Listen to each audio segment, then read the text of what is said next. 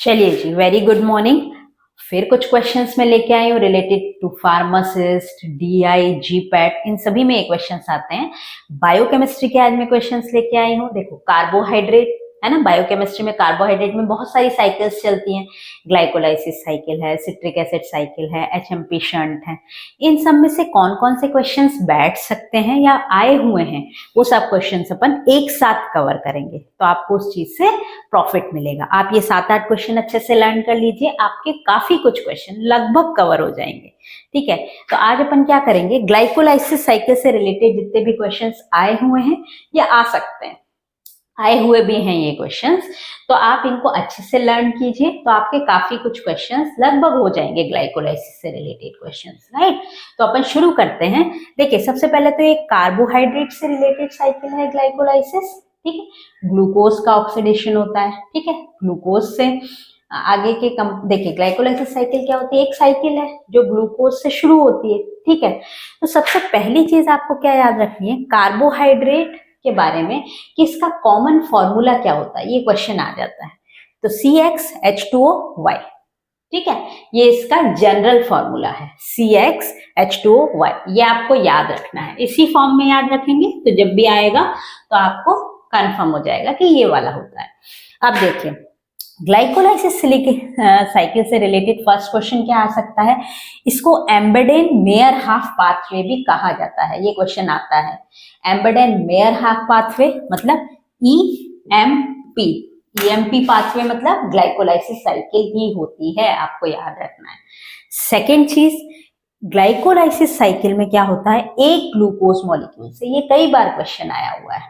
ठीक है, एक ग्लूकोज मॉलिक्यूल से 2 पायरुवेट और लैक्टेट बनते हैं।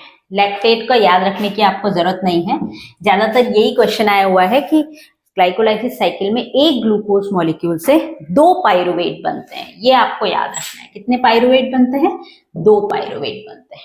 जरूर से याद रखना है, क्वेश्चन आता है, राइट। थर्ड क्वेश्चन, ये साइकिल हमारे बॉडी में कहाँ चलती है, तो साइटोप्लाज्म में, है ना। माइटोकॉन्ड्रिया में नहीं चलती है, माइटोकॉन्ड्रियल के बाहर जो मैट्रिक्स होता है ना, हमारे बॉडी में क्या होता है, पावर हाउस क्या है, माइटोकॉन्ड्रिया है। ठीक है, माइटोकॉन्ड्रिया क्या मैट्रिक्स होगा, बहुत सारे लिक्विड जैसी स्ट्रक्चर होगी, साइटोप्लाज्म होगा। तो क्वेश्चन यही आता है, ठीक है, इस ग्लाइकोलाइसिस साइकिल किस में चलती है, तो ऑप्शन में आपका डेफिनेटली होगा साइटोप्लाज्म। तो आपको याद रखना है क्या, साइटोप्लाज्म। पूरी इतनी लंबी साइकिल आपको याद नहीं होती है, तो केवल ये 2 जो रिएक्शन है, साइकिल के 2 पॉइंट हैं, वो आपको जरूर से याद रखने हैं, क्योंकि ये क्वेश्चन आए हुए हैं। देखिए, पहला क्वेश्चन कौन सा आया है, फर्स्ट क्या होता है, सबसे फर्स्ट स्टेप है ये, ग्लूकोज से बनता है ग्लूकोज 6 फॉस्फेट। तो क्वेश्चन क्या आया हुआ है, ग्लूकोज से जब ग्लूकोज 6 फॉस्फेट बनता है तो इसमें कौन सा एंजाइम काम आता है, तो आपको याद रखना है हेक्सोकाइनेज, ग्लूकोकाइनेज। हेक्सोकाइनेज आ जाए तो भी राइट है, ग्लूकोकाइनेज आ जाए तो भी राइट है। ऑप्शन में लिखा हो हेक्सोकाइनेज, ग्लूकोकाइनेज, बोथ, तो आप लिखेंगे बोथ। ठीक है, तो ये आपको याद रखना है, ग्लूकोज से ग्लूकोज 6 फॉस्फेट जब साइकिल में, पहला स्टेप ही यही है कि ग्लूकोज से क्या बनता है, ग्लूकोज 6 फॉस्फेट। और इसमें कौन सा एंजाइम काम आता है, तो कौन सा एंजाइम काम आता है, हेक्सोकाइनेज और ग्लूकोकाइनेज। और आपको एक चीज और याद रखनी है, यहाँ पे एक एटीपी का यूटिलाइजेशन होता है। एटीपी का यूटिलाइजेशन होता है का मतलब समझिएगा, यानी कि एटीपी क्या है ना, एडिनोसिन ट्राइफॉस्फेट क्या है, एक एनर्जी है। यानी कि ग्लूकोज को ग्लूकोज 6 फॉस्फेट में कन्वर्ट होने के लिए एक एटीपी लगता है।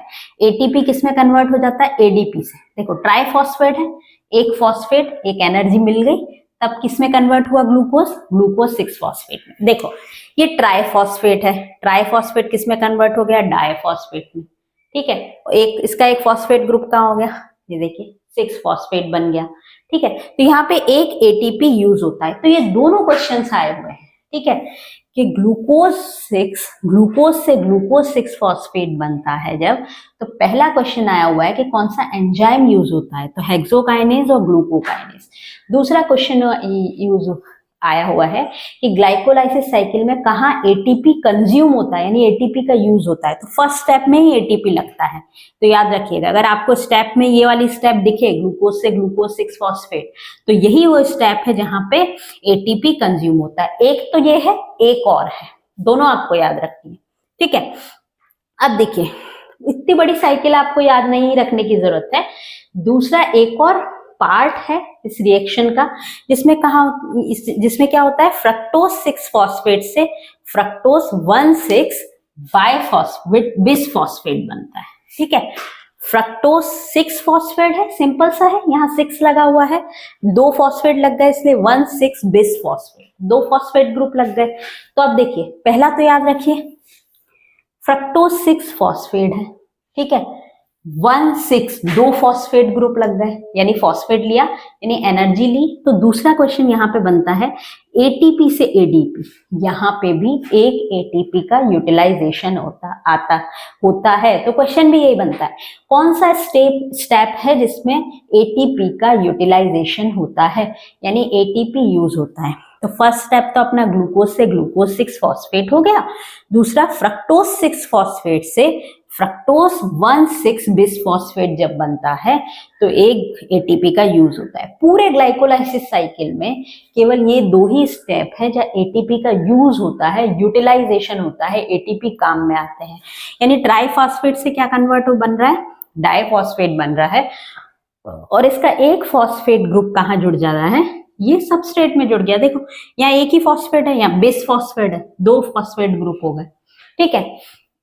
यहां से ही एक स्टेप और याद रखनी है जो पूछी जाती है, फ्रक्टोज 1,6 बिसफॉस्फेट से, है ना, बाइफॉस्फेट से ग्लिसरैल्डिहाइड 3 फॉस्फेट बनता है। ये आपको जरूर से याद रखना है, इसका एंजाइम पूछा जाता है। फ्रक्टोज 1,6 बिसफॉस्फेट से ग्लिसरैल्डिहाइड 3 फॉस्फेट जब बनता है तो इसके कौन सा एंजाइम यूज होता है, तो एल्डोलेस। ये आपको याद रखनी है। केवल 3, मतलब इतनी बड़ी साइकिल में आपको 3 रिएक्शंस तो याद रह ही सकती है। कौन सी, ग्लूकोज से ग्लूकोज 6 फॉस्फेट, कौन सा एंजाइम, हेक्सोकाइनेस ग्लूकोकाइनेस। क्या यूज, एटीपी यूटिलाइजेशन। एक तो यहाँ हो गया एटीपी यूटिलाइजेशन, दूसरा फ्रक्टोज 6 फॉस्फेट से फ्रक्टोज 1,6 बिसफॉस्फेट, एक एटीपी यहाँ यूज, एक यहाँ यूज, एक यहाँ यूज। यानी ये दोनों रिएक्शन आपको कहीं भी दिख जाए तो दोनों जगह कहाँ, एटीपी का यूटिलाइजेशन। दूसरा फ्रक्टोज 1,6 बिसफॉस्फेट से क्या बन रहा है, ग्लिसरैल्डिहाइड 3 फॉस्फेट। ये रिएक्शन जहां भी दिख जाए बीच में कौन सा एंजाइम, एल्डोलेस, इंपॉर्टेंट है, आया हुआ है, राइट।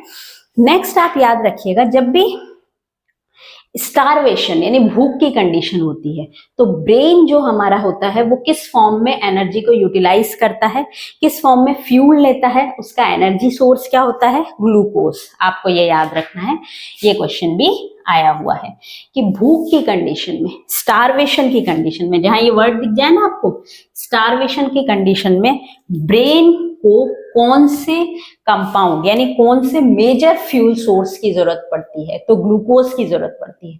यानी भूख की कंडीशन है, आपको दिख रहा है क्वेश्चन में स्टारवेशन दिख रहा है, और ये पूछा गया है कि ब्रेन के लिए कौन सी एनर्जी यूज होती है, किस फॉर्म में एनर्जी यूज होती है, तो ग्लूकोज की फॉर्म में होती है। एक पॉइंट आपको और याद रखना है कि 1 NADH से कितने एटीपी बनते हैं, ये आप याद रखिएगा, 3 एटीपी बनते हैं हमेशा। 1 NADH से 3 एटीपी बनते हैं और 1 FADH2 से 2 एटीपी बनते हैं। ये आप याद रखिएगा, आपको याद होना भी चाहिए कि 1 NADH से 3 एटीपी बनते हैं और 1 FADH2 से 2 एटीपी बनते हैं। और देखिए एक लास्ट क्वेश्चन है एरोबिक ग्लाइकोलाइसिस में, यानी ग्लाइकोलाइसिस जब चलती है और नाम आ जाए एरोबिक ग्लाइकोलाइसिस, या फिर नेट गेन ऑफ एटीपी कितना है, 2 एटीपी मिलते हैं। यानी जब ग्लाइकोलाइसिस साइकिल चलती है तो उससे नेट गेन है ना कितना होता है, एटीपी का, 2 एटीपी का। वो बात अलग है, अभी मैं आपको सिट्रिक एसिड साइकिल से ग्लाइकोलाइसिस साइकिल कनेक्ट करके दिखाऊंगी। तो क्या होता है, इसमें बहुत सारे NADH2 भी बनते हैं जो ETC साइकिल में जाते हैं, वहां एटीपी बनते हैं, वो अलग चीज है। लेकिन एरोबिक ग्लाइकोलाइसिस यानी एक बार में नेट गेन, केवल नेट गेन, NADH2 की बात नहीं कर रही हूँ, डायरेक्ट ATP है ना, कितने बनते हैं तो 2 ATP बन रहे हैं। तो आपको क्वेश्चन में देखना पड़ा है डायरेक्ट गेन लिखा हुआ है, एरोबिक ग्लाइकोलाइसिस लिखा हुआ है, तब आप 2 ATP लिखेंगे, वरना ग्लाइकोलाइसिस में टोटल कितने ATP बनते हैं ये मैं आपको अगले वीडियो में कवर करवाऊंगी, सिट्रिक एसिड साइकिल के साथ में, दोनों को साथ में कवर करेंगे। तो ये जो अपने 8 क्वेश्चन हैं आप अच्छे तरीके से पढ़िए, ये 8 क्वेश्चन पूछे हुए हैं, एग्जाम में आए हुए क्वेश्चंस हैं, इनको कवर कर लीजिए, बहुत है, क्योंकि ग्लाइकोलाइसिस साइकिल इतनी बड़ी है, आप उसको कवर करने बैठेंगे तो आपको पूरी तो याद होने से रहे, ठीक है, याद भी हो जाएगी तो भूल जाएंगे, तो इससे अच्छा कम से कम इंपॉर्टेंट क्वेश्चन तो कवर करें, राइट। तो आई होप आपको ये वीडियो अच्छा लगा होगा, तो प्लीज चैनल को लाइक कीजिए, सब्सक्राइब कीजिए, आपको जरूर से प्रॉफिट मिलेगा, इधर GPAT में, फार्मासिस्ट में और भी DI के एग्जाम्स हैं, छोटे छोटे क्वेश्चंस हैं जो पूछे ही जाते हैं। Thank you so much for watching this video.